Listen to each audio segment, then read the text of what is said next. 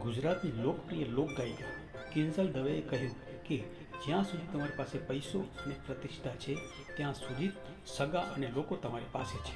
આ દુનિયામાં એવું કહેવાય કે જ્યાં સુધી સમય તમારો છે ત્યાં સુધી તમારા આજુબાજુના તમારા પરિવારના લોકો તમારા હોય અને જ્યાં સુધી પૈસો તમારી પાસે હોય પ્રતિષ્ઠા હોય ત્યાં સુધી જ।